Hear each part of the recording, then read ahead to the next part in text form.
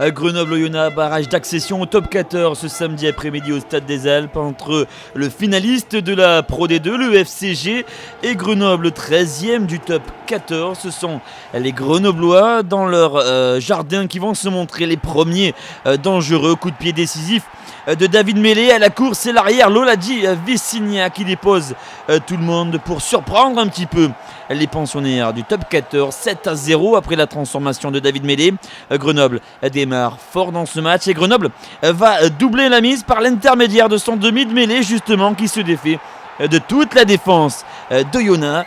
Deuxième essai en l'espace de 2 minutes pour Grenoble qui fait la course en tête 14-3 avant la réduction du score. Bel exploit personnel de Ben Botica, le demi d'ouverture qui intercale en bout de ligne Daniel Ickpefan.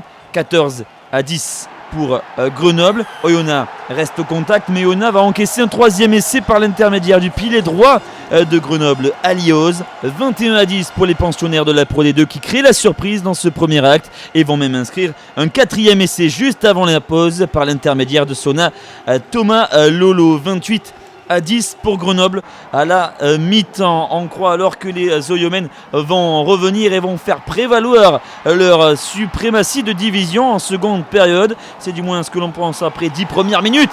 À sens unique au retour des vestiaires, marqué par le doublé de Daniel Ickpefan, transformation de Ben Botica. 52e minute, Grenoble ne mène plus que 28-17, mais Grenoble ne va pas s'arrêter là et va signer un 5e essai déjà dans ce match. Bastien Guillemin à la conclusion de ce coup de pied en bout de ligne. Franck Pourteau décisif, légèrement contré, et ce rebond favorable à l'ailier de Grenoble, Bastien Guillemin. 33-17, les Grenoblois sont euphoriques. Gros plaquage de Nigel Hunt et le doublé à son tour pour l'arrière de Grenoble.